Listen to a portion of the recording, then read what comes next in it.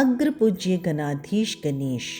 कैलाश पर पुनः उत्सव होने लगा और गजमुख शिवपुत्र को सभी देवताओं ने आशीर्वाद दिया। देव ऋषि नारद भी नारायण नारायण करते हुए आ गए और गजानन को देखकर अत्यंत हर्षित हुए। प्रभु ने कैसी मनोहर लीला की है।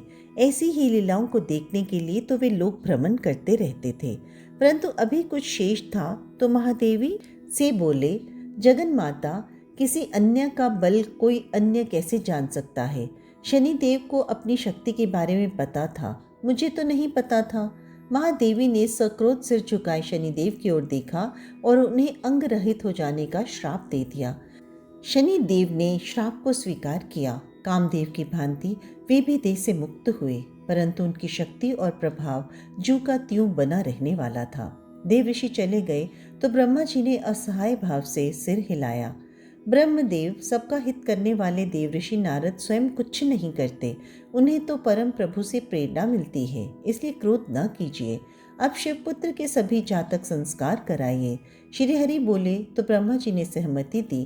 तत्पश्चात श्री हरि विष्णु ने श्रेष्ठ उपहारों और दिव्य नैवेद्य आदि से उन गजमुख गणाधीश की पूजा करी।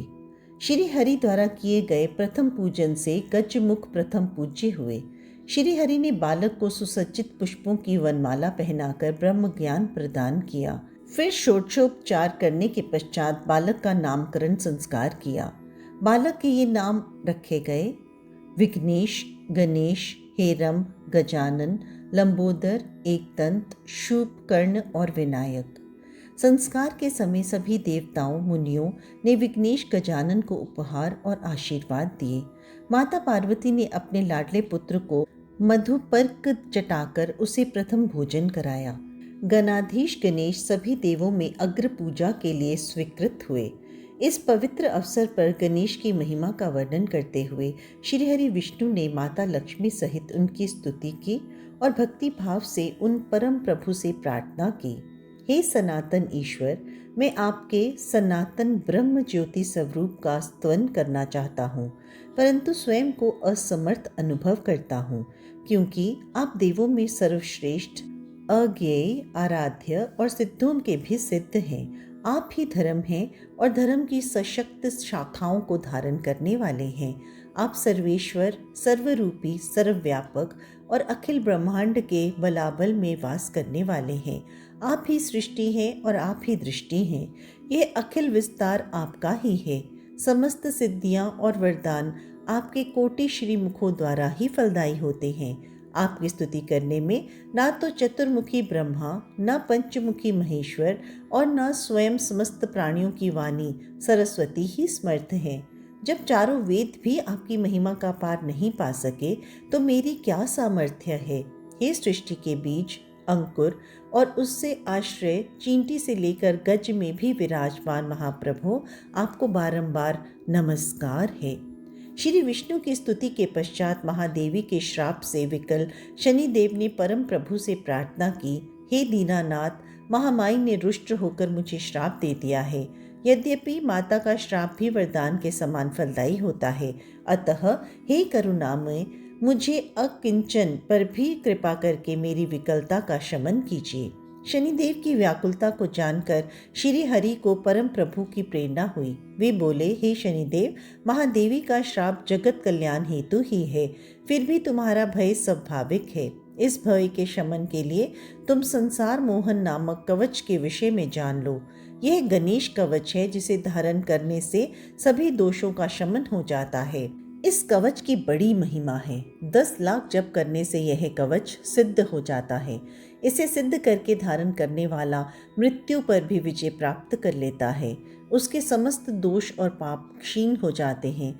वे सभी से निर्भय होकर निरोगी, बलवान और बुद्धिमान हो जाता है। सभी लोगों के कल्याण के लिए दिव्य गणेश कवच के विषय में विस्तार पूर्वक यहाँ वर्णन किया गया है। श्री हरि ने कवच की महिमा का वर्णन करके सुर समुदाय को हर्षित कर दिया। गणाधीश गणेश के भक्तों के लिए यह गणेश कवच सभी कामनाओं को पूर्ण करने वाला है। ब्रह्म वैवर्त पुराण में कार्तिकेय के जन्म की कथा संक्षेप में इस प्रकार है। एक बार निष्काम पूर्ण काम भगवान महादेव माता पार्वती के साथ वन में विहार कर रहे थे। एक दिन भोर होने पर भी महादेव अपनी शैया से उठे तो उनका अमोघ वीर्य पृथ्वी पर गिर पड़ा, तो वसुधा को उसका भार सहने में कष्ट उठाना पड़ा। सो वे स्वयं को उस शुक्र का भार वहन करने में असमर्थ पा रही थी, तो उन्होंने उसे अग्नि में डाल दिया। अग्निदेव को भी वह अवहनीय लगा, तो वे उसे स्वर्ण रेखा नदी के तट पर एक वन में रख आए।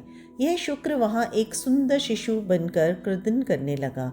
वहीं समीप ही बद्री का आश्रम था, जहाँ से कृतिकाएं नदी की ओर आ रही थी। उन्होंने शिशु का करुण क्रदन सुना और उसे खोजकर गोद में उठा लिया। उसका दिव्य अनुपम स्वरूप देखकर वे मातृत्व से भर उठी और उसे ईश्वर का उपहार मानकर अपने घर ले आईं। कृतिकाओं ने उसे स्तनपान कराकर उसका नाम कार्तिकेय रखा। छहों कृतिकाओं का कार्तिकेय पर अपार स्नेह था। वे बारी बारी से उसे गोद में लेकर दुलार पुचार कर मातृत्व सुख की दिव्य अनुभूति करती। जब यह बालक कुछ बड़ा हुआ तो भगवान विष्णु की प्रेरणा से देवऋषि नारद माता पार्वती के पास पहुंचे। लीला प्रेमी देवऋषि नारद ने पहले तो भवानी की स्तुति की, फिर अपने उद्देश्य पर आ गए। बोले, नारायण नारायण, माते गजानन नहीं दिखाई दे रहे, संभवतः बाहर सखाओं के साथ खेल रहे होंगे। अकेले बालक का मन नहीं रमता ना। शिवपुत्र कार्तिकेय तो बद्रिका आश्रम में पोषक माताओं के प्रेम में आकंठ डूबे हैं। अब तो उन्हें अपने वास्तविक माता पिता के साथ आकर रहना चाहिए और अपने अग्रज का एकांत दूर करना चाहिए। नारायण नारायण, परंतु यह सब तो भगवान महादेव की इच्छा पर निर्भर करता है। महादेवी ने जब यह सुना तो उनका मन आनंद से भर गया और देव ऋषि के जाते ही उन्होंने भूतेश्वर भगवान रुद्र को सारा वृत्तांत कहकर प्रार्थना की कि वे पुत्र कार्तिकेय को अपने पास लाकर युगल पुत्रों की बाल क्रीड़ाओं का आनंद लेना चाहती हैं। महादेव ने उमा की इच्छा को स्वीकृति दी और गणों सहित महादेवी महादेव बद्री का आश्रम पहुँचे और कृतिकाओं से निवेदन किया। कृतिकाएं उदास हो गईं तो कार्तिकेय ने उन्हें प्रीतिपूर्वक समझाया। सभी देवगणों ने भी कार्तिकेय की पोषक माताओं को नीति युक्त वचनों से सांत्वना दी और उन्हें प्रसन्न किया। तत्पश्चात शिव अपने पुत्र कार्तिकेय को लेकर कैलाश आए।